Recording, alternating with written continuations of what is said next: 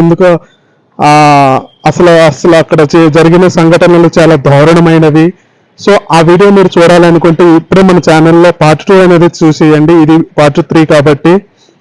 ఇంకా అక్కడికైతే నేను మెల్లమెల్లగా వెళ్తున్నాను నడుచుకుంటూ. కానీ ఒక అతను వచ్చేసి ఏం చేశాడు అంటే సడన్ గా వచ్చి దూకేశాడు అనమాట, అక్కడ పడిపోయాడు.